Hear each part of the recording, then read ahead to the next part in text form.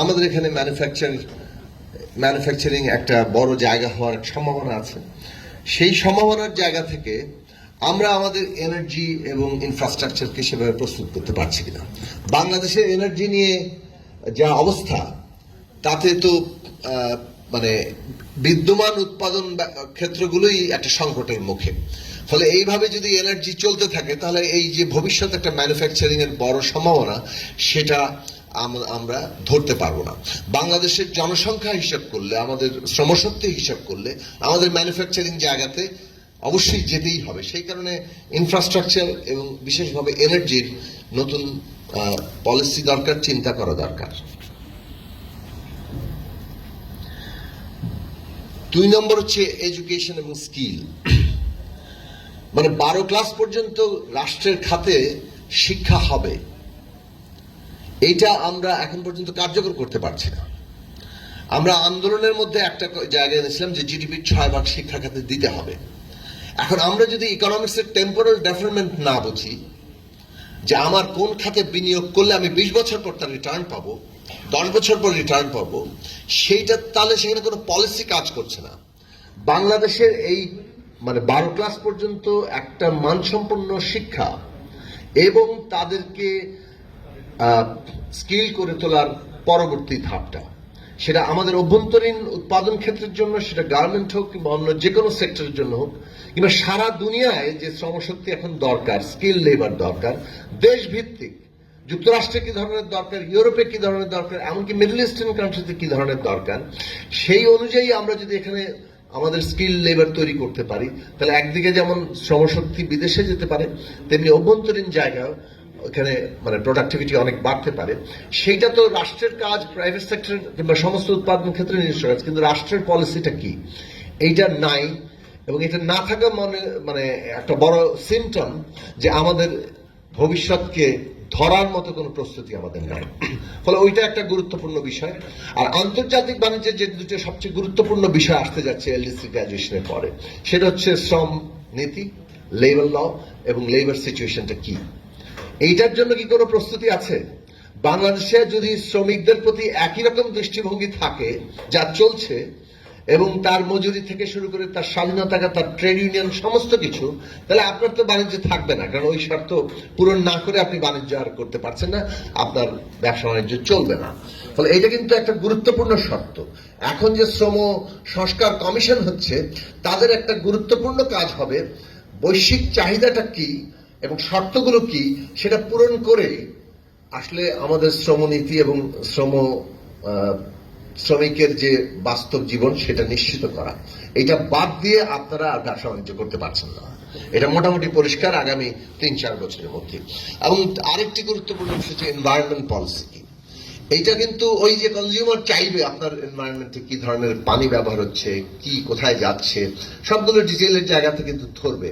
ফলে এই শর্ত পূরণ না করে আপনি আগামী দিনে বৈশ্বিক বাজারে ঢুকতে পারবেন না। সুতরাং আমাদের এই জায়গাগুলোর, যদি আমি যে 4টা জিনিস বললাম, এটার সাথে যুক্ত হবে গভর্নেন্স। যদি মানে $1 ট্রিলিয়ন অর্থনীতি করতে চাই, তাহলে তার জন্য যে প্রয়োজনীয় কি বলে যে গভর্নেন্স, সেই গভর্নেন্স না থাকলে বিদ্যমান মানে যে লেনদেন ভিত্তিক, ঘুষ ভিত্তিক, মানে রেন্ট সিকিং একটা অর্থনীতি এখানে দাঁড়িয়ে আছে, এইটা দিয়ে এই $1 ট্রিলিয়ন অর্থনীতি চলবে না।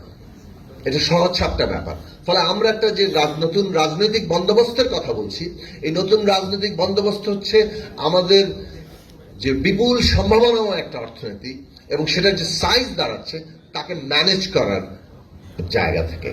এবং সেইখানে যদি আমরা ইনক্লুসিভ ডেভেলপমেন্টের কথা না ভাবি, বিশেষভাবে ওই যে শ্রমিকের অধিকারের কথা বললাম, প্রত্যেকটা নাগরিককে নিয়ে উন্নতির কথা না ভাবি, কতিপয় বড় বড় স্থাপনা আর কতিপয়ের হাতের টাকার এই টাকা থাকবে না। এই টাকা এখানে কেবলমাত্র পাচার করে কেউ হয়তো ভোগবিলাসে ব্যয় করতে পারে, কিন্তু অর্থনৈতিক জায়গা থেকে যদি দেখি যে প্রোডাক্টিং প্রসেসের মধ্যে দিয়ে এই ক্যাপিটাল ফ্লারিশমেন্ট ঘটবে, সেইখানে এটা আর ফ্লারিশমেন্টের জায়গা থাকবে না, বন্ধাত্বের জায়গা পড়বে, কোলাপসের নানান সম্ভাবনা তৈরি হবে। শেষ কথা বলি এই জায়গায় যে ক্যাপিটাল এবং মার্কেট ইকোনমির যে গতি, এটার যে ক্যারেক্টার, সেটাকে যদি আমরা বিবেচনায় রাখি, তাহলে গ্লোবালাইজেশন তার একটা অনিবার্য ধাপ ছিল। এখন গ্লোবালাইজেশনের অনেক সমস্যা আছে। গ্লোবালাইজেশনের সুবিধায় বড় মানে দেশগুলো, আধিপত্যশীল অর্থনীতি, সাম্রাজ্য, তারা তাদের সুবিধা নিয়েছে। গ্লোবালাইজেশনকে ডেমোক্রেটাইজ করা, এইটা আজকে সারা দুনিয়ার মানে যাকে বলে যে বড় শক্তিগুলোর বাইরে যারা মাঝারি ছোট শক্তি, তাদের বড় দাবির জায়গা। আমরা যেটা দেখতে পাচ্ছি, ক্যাপিটাল কনসেন্ট্রেশনের একটা প্রকাশ হিসাবে ডোনাল্ড ট্রাম্পের যে পলিসি আসছে, সেটা হচ্ছে গ্লোবালাইজেশন থেকে আবার পশ্চাৎ দিকে গিয়ে মানে একটা কনজারভেটিভ ইকোনমির জায়গায় যাওয়া। সেইটা ক্যাপিটাল এবং মার্কেট ইকোনমির যে তার যে ইনহারেন্ট লস, তার যে অভ্যন্তরীণ গতি, সেটার সাথে সঙ্গতিপূর্ণ হবে কিনা সেটা বড় সামনের দিনে একটা দেখার মতো বিষয়। কিন্তু যে জায়গাটাতে আমাদের দাঁড়ানো দরকার, যে গ্লোবালাইজেশনের ডেমোক্রেটাইজেশনই কিন্তু আমাদের মতো দেশগুলোর অর্থনীতি বিকাশের গুরুত্বপূর্ণ জায়গা। সেইখানে কালেকটিভ ভয়েস তোলা, গ্লোবাল লেভেলে আর্গুমেন্ট করতে পারা, বার্গেইন করতে পারার যে দক্ষ জনশক্তি দরকার। মানে যুক্তরাষ্ট্রে যেমন ধরেন কোনো কিছু করতে গেলে লবিস্ট লাগে। আমরা যদি আমাদের পক্ষে ট্রেড ডিল করার মানে যদি যথেষ্ট যোগ্য মানুষ তৈরি করতে না পারি, তাহলে আগামী দিনে ব্যবসা বাণিজ্য করা কঠিন হবে। এবং সেটা এমনকি এই যে বিশ্বকে যাকে বলে যে একটা ডেমোক্রেটাইজ করার কাজ, সেখানেও আমরা অনেক ক্ষেত্রে পিছিয়ে থাকবো।